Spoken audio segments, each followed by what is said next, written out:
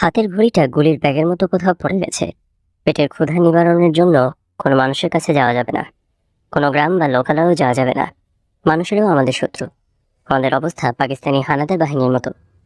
1971-এর মহান মুক্তিযুদ্ধের সময় এদেশের যে অবস্থা হয়েছিল, এখন আমাদেরও সে একই অবস্থা হয়েছে। আমাদের মানুষ সাহায্য করবে না, মানুষের কাছেও যাওয়া যাবে না। ক্ষুধার জেলায় ধান গাছের কচি ডগা আর কচি ধানে দুধ চুষতে লাগলাম, আর ভাবতে লাগলাম, এখনো অন্যত্র রওনা হব না সন্ধ্যা হলে রওনা হব। এখন রওনা হলে শত্রুর কবলে পড়ার বিপদ, সন্ধ্যার পর রওনা হলে অন্ধকারে পথ হারানোর বিপদ। কোন বিপদটা গ্রহণ করব? পানি পিপাসায় বুকের ছাতি ফেটে যাচ্ছে, আর কিছুক্ষণ পর পানি পিপাসে এমনিতেই মরতে হবে। ফুল প্যান্টটা ভাঁজ করে নেংটির মতো বানালাম, শার্টটা খুলে কোমরের সাথে বেঁধে G3 রাইফেলটা বাঁ হাত দিয়ে শরীরের সাথে মিলিয়ে ধরলাম, যাতে দূর থেকে বোঝা না যায় আমার হাতে অস্ত্র। তারপর সোজা পানির খোঁজে হাঁটা শুরু করলাম। কিছু দূর হাঁটতে হাঁটতেই একটা পানির ডোবা পেয়ে গেলাম। পানি খেলাম। এক লোক পায়খানা করে ওই ডোবায় শৌচ করতে এসেছে। আমি ওই লোককে গান পয়েন্ট করে আমাকে সোজা সীমান্তের দিকে নিয়ে যাওয়ার নির্দেশ দিলাম, নইলে প্রাণে মারার হুমকি দিলাম। সীমান্তের কাছাকাছি আসতে দূরে থেকে ভারতের পাহাড় নজরে এলে আমি লোকের হাত ধরে তাকে জোর করে নিয়ে আসার জন্য ক্ষমা চেয়ে ছেড়ে দিলাম। তারপর ভারতের পাহাড় লক্ষ্য করে দ্রুত হাঁটতে লাগলাম। সীমান্তে পৌঁছাতে আমার সন্ধ্যা গড়িয়ে রাত হলো। আমাদের সীমান্ত অঞ্চলের হাইরাউট বা ক্যাম্পে পৌঁছে দেখি আমার যুদ্ধের সাথী বৈদ্যনাথ কর মুমূর্ষু সংজ্ঞাহীন অবস্থায় পড়ে আছে। বৈদ্যনাথ করের সারা শরীরে অসংখ্য ছোট ছোট ছিদ্র। সেই সকল ছিদ্র দিয়ে বিন্দু বিন্দু রক্ত বেরিয়ে আসছে। উপজাতীয় সাথী ডাক্তার জন হেনরি এবং রাধারমন রায় ঝন্টু বৈদ্যনাথ করকে চিকিৎসা করেছে। বৈদ্যনাথ কর সুস্থ হওয়ার পর জানতে পারলাম সে আক্ষেপ থেকে ক্রলিং করে পালিয়ে একটা কচুরিপানা ভরা পচা জলাশয়ে আশ্রয় নিয়েছিল। সেই পচা জলাশয় ছিল অনেকদিন না খাওয়া রক্তচোষা যোগ। রক্তচোষা যোগ বৈদ্যনাথকে পেয়ে কিলবিল করে ঘিরে ধরে রক্ত চুষতে খেতে থাকে। বৈদ্যনাথ কর প্রস্রাবের রাস্তা আর পায়খানার রাস্তা দুই হাত দিয়ে চেপে ধরে বসে থাকে, যাতে যোগ পায়খানা বা প্রস্রাবের রাস্তা দিয়ে পেটের ভিতরে ঢুকতে না পারে। বৈদ্যনাথ করের পালাবার কোনো পথ ছিল না, কারণ বাংলাদেশ সেনাবাহিনীর লোকেরা ওই পুকুর পাড়ে সজাগ পাহারায় ছিল। পালাবার চেষ্টা করলেই ধরা পড়তে হবে। তাই সেনাবাহিনীর হাতে ধরা পড়ার চাইতে যোগকে রক্ত দেয় শ্রেয় মনে করেছে বৈদ্যনাথ। বাংলাদেশ সেনাবাহিনীর এই পুকুর পাড় থেকে সরে যেতে যদি আর 1-2 ঘন্টা দেরি করত, তাহলে রক্তচোষা যোগ বৈদ্যনাথ করের শরীরের সমস্ত রক্ত চুষে খেয়ে ফেলত। রক্তশূন্যতার কারণে এখনো যে কোনো সময় বৈদ্যনাথ কর মারা যেতে পারে। ওই দিনের যুদ্ধে আমি আর বৈদ্যনাথ কর ছাড়া আমাদের বাকি 17 জন সাথী নিহত হয়। জনসাধারণের চরম অসহযোগিতা এবং বিরোধিতার কারণে একই পরিণতি হয় বগুড়ার রেজাউল বাকি আর দুলাল দে বিপ্লব ও তার সাথীদের। কমান্ডার দুলাল দে বিপ্লব যুদ্ধে প্রচন্ড মার খেয়ে আহত অবস্থায় নৌকায় করে পালিয়ে আসার সময় তীব্র যন্ত্রণায় তার 2IC মোহাম্মদ হিরোকে নির্দেশ দেয়, হিরো, তুমি আমাকে গুলি করে মেরে ফেলো। এই নির্দেশ পালনে 2IC হিরো অক্ষমতা প্রকাশ করলে পুনরায় দুলাল দে বিপ্লব একই নির্দেশ দেয়, কিন্তু হিরো নির্দেশ পালনে পুনরায় অক্ষমতা প্রকাশ করে। এভাবে কয়েকবার কমান্ডারের নির্দেশ পালনে 2IC হিরো অক্ষমতা প্রকাশ করার পর কমান্ডার দুলাল দে বিপ্লব অপর সাথী মদনকে এই মর্মে নির্দেশ দেয় যে, মদন, আমি কমান্ডার দুলাল দে বিপ্লব তোমাকে নির্দেশ দিতেছি। আমার 2IC হিরোকে আমি যে নির্দেশ দেব, হিরো যদি সেই নির্দেশ পালন না করে তাহলে তুমি হিরোকে গুলি করে মেরে ফেলবে। বলেই 2IC হিরোকে নির্দেশ দিল, আমাকে গুলি করে মেরে ফেলো। তখন অনুপায় হয়ে 2IC হিরো কমান্ডার নির্দেশে কমান্ডার দুলাল দে বিপ্লবকে হত্যা করতে উদ্যত হলো। 2IC হিরো কমান্ডার দুলাল দে বিপ্লবকে টেনে নৌকার গলুইয়ের বাইরে মাথাটা ঝুলিয়ে দিল। দুলাল দে বিপ্লব তোমাকে পাওয়ার জন্য এই স্বাধীনতা কবিতাটি পড়তে লাগলো আর ফ্যাল করে হিরোর দিকে তাকিয়ে থাকলো। হিরো G3 রাইফেলের ব্যারেলটা দুলাল দে বিপ্লবের মাথায় ঠেকিয়ে গুলি করে দিল। তোমাকে পাওয়ার জন্য এই স্বাধীনতা কবিতা পড়তে পড়তে একটা ঝাঁকুনি দিয়ে দুলাল দে বিপ্লবের দেহ নিথর নিস্তব্ধ হয়ে পড়ল। অপরদিকে মুন্সিগঞ্জ জেলার লৌহজং থানার বাসিন্দা ঢাকা কলেজের ছাত্রনেতা মেধাবী ছাত্র মোহাম্মদ ইউনুস যুদ্ধের শুরুতেই গুলিবিদ্ধ হয়।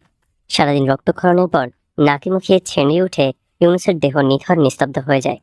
সন্ধ্যায় ইউনুসের দেহ পরীক্ষা নিরীক্ষা করে মৃত সাব্যস্ত করে ইউনুসকে ফেলে অন্য সাথীরা পালিয়ে যায়।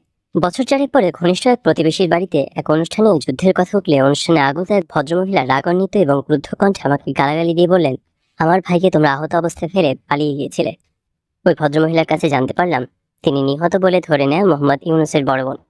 ইউনুসের বড় বোনের কাছে আরো জানতে পারলাম যে যুদ্ধে ইউনুস আহত হয়েছিল, সেই যুদ্ধে ইউনুসদের বিপক্ষে যুদ্ধ করা বাংলাদেশ সেনাবাহিনীতে একজন সুবেদার মেজর ছিল ইউনুসের ফুফাতো ভাই। সেই সুবেদার মেজর ইউনুসের চেহারা এবং ইউনুসের ডান হাতের কবজিতে থাকা কালো জট দেখে ইউনুসকে চিনতে পেরে জেনারেল মাহমুদুল হাসানের কাছে ইউনুসকে বাঁচিয়ে রাখলে অনেক তথ্য পাওয়া যাবে বলে ইউনুসকে বাঁচিয়ে রাখার প্রস্তাব করেন।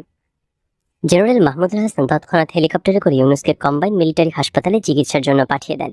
ইউনুসকে ওপেন হার্ট সার্জারি সহ গলা থেকে নাভি পর্যন্ত চিরে অপারেশনের মাধ্যমে সুস্থ করে কেন্দ্রীয় কারাগারে পাঠিয়ে দেওয়া হয়।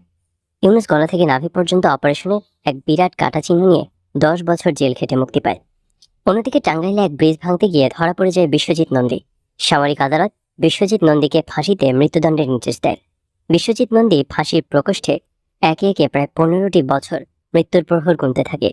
ফাঁসি দেওয়ার নিয়ম অনুযায়ী সূর্য ডোবার পর এবং সূর্য উদয় হওয়ার আগে ফাঁসি কার্যকর করতে হবে।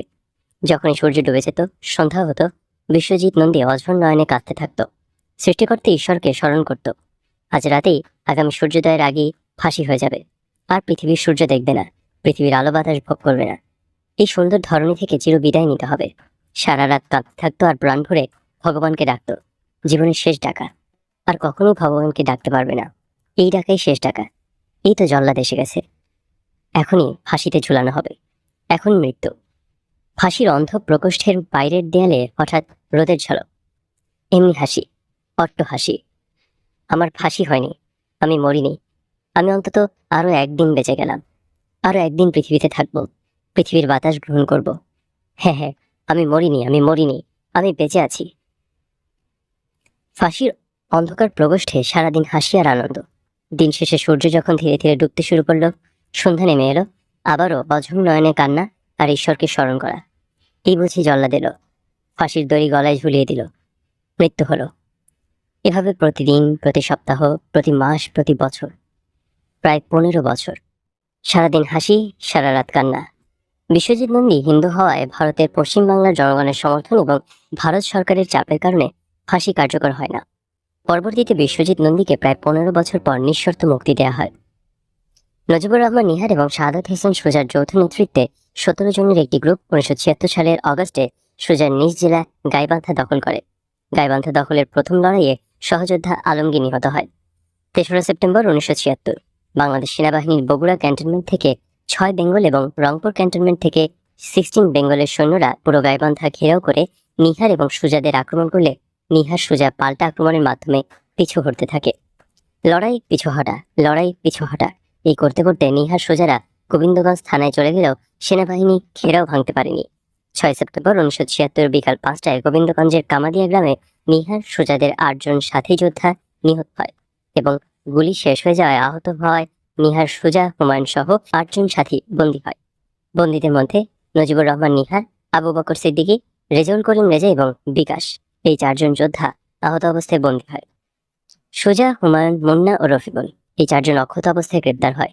বন্দী হওয়ার ঘণ্টাখানেক পর আহত নিহার, বক্কর, রেজা ও বিকাশকে সেনাবাহিনীর লোকেরা সুজা, হুমায়ুন, মুন্না এবং রফিকুলের সামনেই ব্রাশ ফায়ার করে মেরে ফেলে এবং জীবিতদের ঘণ্টা 2 পরে রংপুর ক্যান্টনমেন্টে নিয়ে যাওয়া হয়। প্রায় 1 মাসব্যাপী নানা ধরনের নির্যাতন এবং জবানবন্দি শেষে কর্নেল আজিজের 5 নং মার্শাল কোর্টের বিচারে যাবজ্জীবন সশ্রম কারাদণ্ড দিয়ে রংপুর কারাগারে পাঠিয়ে দেওয়া হয়। রংপুর, রাজশাহী ও কুমিল্লার কারাগারে একটানা 10 বছর জেল খেটে সুজা, হুমায়ুন, মুন্না, রফিকুল মুক্তি পায়। সীমান্তে ফিরে এসে আমাদের জাতীয় মুক্তিবাহিনীর সর্বাধিনায়ক বঙ্গবীর আব্দুল কাদের সিদ্দিকী বীর উত্তম ওরফে বাঘা সিদ্দিকীকে রণকৌশলগত কারণে আমাদের গেরিলা যুদ্ধ করা সম্ভব নয় এবং উচিত নয় বলে আমার অভিমত ব্যক্ত করার পিছনে সূত্র না রেখে রণকৌশল নির্ধারণের কথা বলি। দেশের মানুষের অবস্থা, আমাদের সম্পর্কে মানুষের ধারণা, সর্বোপরি শেখ মুজিবুর রহমানের জনপ্রিয়তা ইত্যাদি বিস্তারিত বিচার বিশ্লেষণ করে কাদের সিদ্দিকী সরাসরি সম্মুখ সমরের সিদ্ধান্ত নিলেন। তিনি ঘোষণা দিলেন, যুদ্ধে যত সময় লাগুক না কেন আমরা সামনাসামনি যুদ্ধ করব। প্রয়োজনে 1 ইঞ্চি 1 ইঞ্চি করে ভূমি মুক্ত করব, তবুও পেছনে কোনো শত্রু রাখবো না। আমরা বৃহত্তর সিলেট এবং ময়মনসিংহ জেলার সীমান্ত অঞ্চলে শক্তিশালী ঘাঁটি স্থাপন করলাম এবং বেশ বড় এলাকা জুড়ে মুক্ত অঞ্চল তৈরি করলাম। প্রতিদিন, প্রতি মুহূর্তে বাংলাদেশ সেনাবাহিনী ও বিডিআর এর সাথে আমাদের সম্মুখ যুদ্ধ চলতে লাগলো। সেনাবাহিনী, বিডিআর তারা চাইতো আমাদের সীমান্তের উপরে অর্থাৎ ভারতে তাড়িয়ে দিতে। আমরা চাইতাম আমাদের মুক্তাঞ্চল আরো বাড়াতে।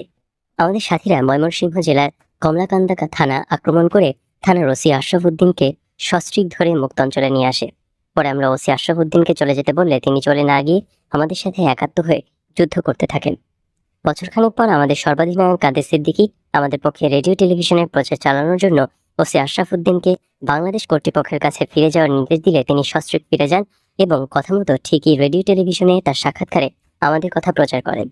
লন্ডন থেকে প্রখ্যাত এবং সাংবাদিক আব্দুল গাফফার চৌধুরীর বাংলা ডাক নামক একটি সাপ্তাহিক পত্রিকা বের করে আমাদের কথা প্রচার করেন। এছাড়া আমাদের আর কোনো প্রচার ছিল না।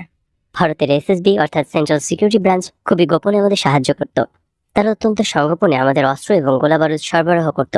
এসএসবি এতই সতর্কতা এবং গোপনীয়তার সাথে আমাদের সাহায্য করত যে ভারতীয় বিএসএফ সহ অন্যান্য সংস্থা এবং কর্তৃপক্ষ পর্যন্ত জানত না। ভারতীয় এসএসবি বা সেন্ট্রাল সিকিউরিটি ব্রাঞ্চকে প্রত্যক্ষভাবে ভারতের প্রধানমন্ত্রী শ্রীমতী ইন্দিরা গান্ধী পরিচালনা বা নিয়ন্ত্রণ করতেন।